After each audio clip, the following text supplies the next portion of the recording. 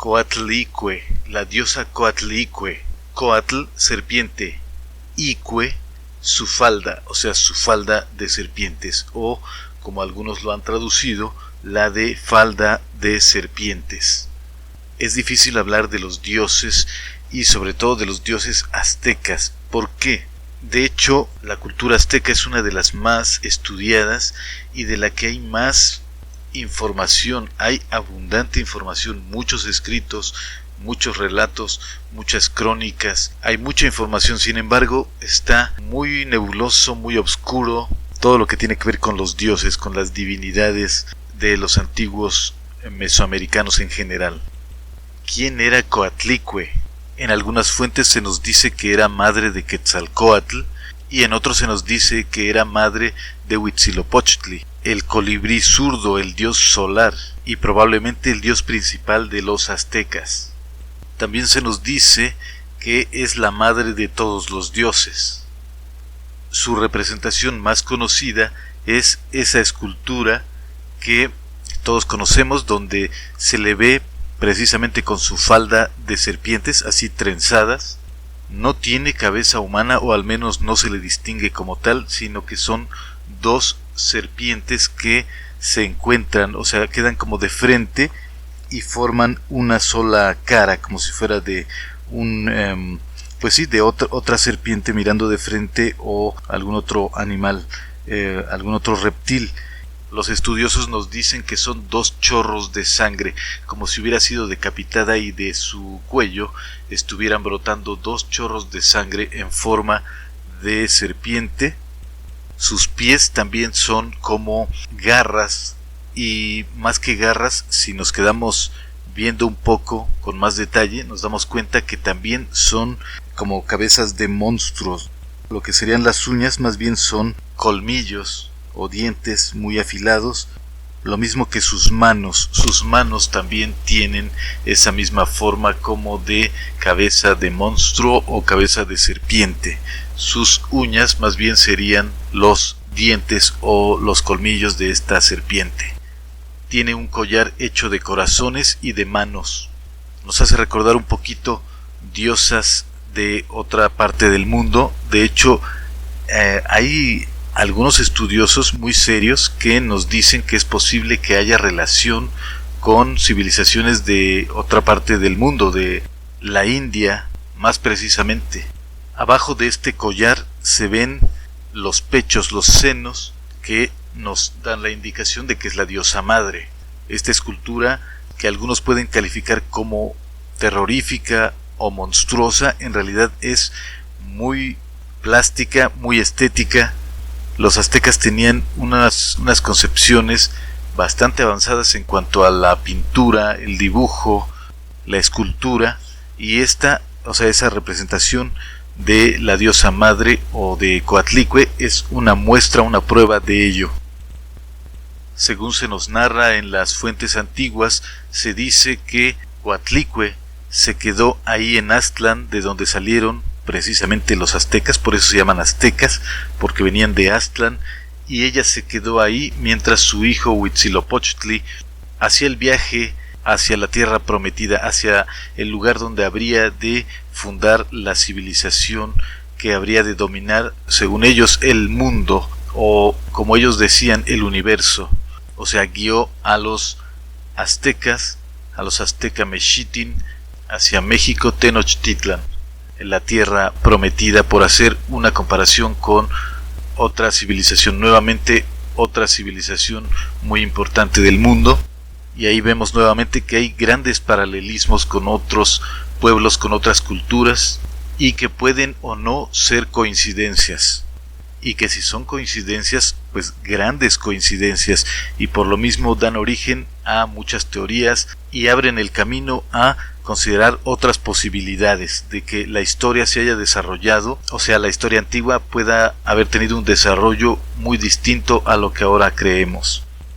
Y sí, en algún momento se dice que Moctezuma I o Motecuzoma I, el llamado Ilhuicamina, flechador del cielo, o el que flecha el cielo, mandó un grupo de personajes, se dice que eran brujos, nahuales, que pudieron llegar hasta Aztlán, hasta Culhuacán, a buscar a Coatlicue, que era la madre de Huitzilopochtli. Y ahí se nos da una narración bastante, ¿cómo le podemos llamar? Alucinante, muy interesante, digna de analizarse, que se hará en otra ocasión, pero podemos decir que se nos da un atisbo, se nos permite echar un pequeño vistazo hacia el mundo de los inmortales. Y bueno, se nos dice que se le encuentra a la diosa, a Coatlicue, viva y joven, como cuando salieron los aztecas de aquel lugar, mientras que la generación que había salido ya eran muertos, todos ya habían envejecido y acabado su existencia en este mundo, y en Aztlán toda la gente, todos los seres seguían jóvenes y sanos, como cuando Huitzilopochtli dejó aquel lugar. Pero entonces, ¿quién es Coatlicue? Sigue realmente esa pregunta, porque las fuentes son muy contradictorias, de repente nos dicen una cosa, de repente nos dicen otra. Tal vez sea que los indígenas a los que se les preguntaba, se les cuestionaba acerca de su civilización, de sus creencias, de su religión, de todo, de sus conceptos, tal vez ocultaban a los frailes o a los que los interrogaban, a los europeos, tal vez les ocultaban su verdadero saber, o probablemente ya no se acordaban, no lo sabemos, seguramente hay un poco de ambas posibilidades. El asunto es que a nosotros ya no llegó la versión real, si es que la había, una versión definitiva sobre todo esto. Todo nos llegó totalmente revuelto, no sabemos distinguir una cosa de otra de pronto. La mitología azteca está así, muy obscura. ¿Será que los sabios ocultaron su saber? Como también lo da a entender algún escrito que asegura que el emperador, el último emperador, llamémosle así, Cuauhtémoc, da la orden de que se oculte todo, de que no se le dé la información a los europeos. Puede ser eso, puede que realmente los sabios, los conocedores de la civilización antigua no hayan querido desentrañar, no hayan querido dar a los españoles sus conocimientos, o puede ser simplemente que los conceptos indígenas eran tan diferentes a los de los españoles que realmente para que estos los entendieran hacía falta más que simplemente oír. O sea, estos hombres, que tampoco eran unos tontos, eran gente muy ilustrada, algunos de ellos, no tenían las herramientas de cómo entender, cómo comprender aquellos conceptos, pues eran formas de pensar totalmente distintas. Es lo mismo que cuando intentamos leer o entender un escrito de alguna civilización, por ejemplo China o del Japón, esos libros religiosos o sagrados, ¿cuánto de ello podemos entender realmente? A pesar de que puedan estar muy bien traducidos, realmente no hay una seguridad de lo que estamos leyendo. Muchos de los conceptos van a quedar totalmente oscuros. ¿Qué porcentaje será lo que podemos entender? Si ni siquiera los herederos de aquella cultura, aquellas culturas, pueden entender en su totalidad el contenido de aquel libro, mucho menos alguien de otra cultura, de otra civilización. Algo que nos faltó mencionar al principio sobre el aspecto de la escultura de Coatlicue es el hecho de que su falda de serpientes, su faldellín de serpientes, está sostenida por una especie de cinturón que también es una serpiente, y en medio, o sea en la parte del nudo de ese cinturón, tiene un cráneo humano, como si fuera una hebilla ahí en medio de su cinturón, lo cual nos recuerda que esta diosa se alimentaba de el sacrificio. Se supone que tiene todo que ver con la muerte, con el sacrificio, con la sangre, con los cráneos, con los cadáveres. Y si volvemos a la mitología, resulta que se puede confundir o puede tener mucha relación con otras diosas, por ejemplo con Tlalteotl o Tlaltecutli, que es la diosa de la tierra, a la cual se representaba como un caimán o como un enorme cocodrilo que, una vez muerto por los dioses, dio origen a la tierra, o sea, a la parte que sobresale del agua. O sea, si vemos una imagen del planeta Tierra, pues la mayoría es agua, y eso que son los continentes, las islas, pues son partes de la diosa que fue despedazada, Tlalteotl, Tlaltecutli, y vino a ser la tierra.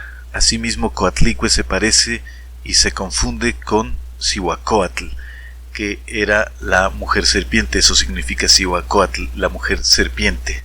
Y hay que recordar que también el principal funcionario, algo así como podríamos decir, usando terminología moderna, el secretario de gobernación del Tlatoani, del emperador azteca, también se hacía llamar de esta manera, el Cihuacóatl. ¿Por qué? La verdad es que no queda muy claro y además no es el tema en este momento, pero bueno, la diosa Cihuacóatl, la mujer serpiente, esa misma de la que se dice que lloraba cuando ya iban a venir los españoles, uno de los presagios de que México como civilización ya se iba a acabar, que se le escuchaba llorar por las noches por sus hijos, tiene mucha relación con Coatlicue. Cihuacóatl, Coatlicue, todo que ver con las serpientes, con la muerte, con los sacrificios, con la madre tierra.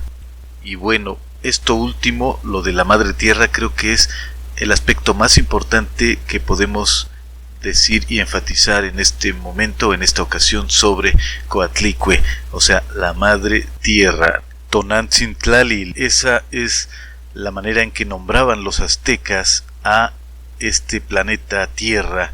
Este mundo se llamaba Tonantzintlalli, la Tierra como dadora de vida, pero para dar vida también necesita la muerte, o sea, la muerte es a través de lo que la Tierra da vida.